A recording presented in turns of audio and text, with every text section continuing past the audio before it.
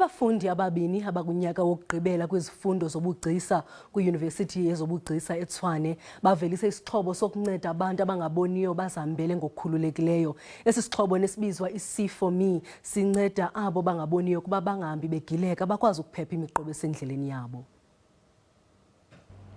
Usiphamandla Mgcina nophila njalo Ndlovu bakunyaka wesithathu kwizifundo ze-Computer Industrial Systems.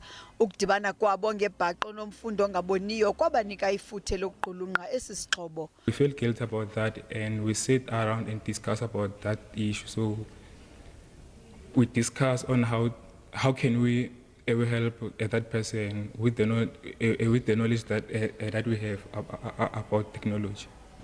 iSEE for me ilumkisa ngemiqobo esendleleni abangaboniyo, ikhuphe umyalezo balumkisayo nendlela yokuphepha.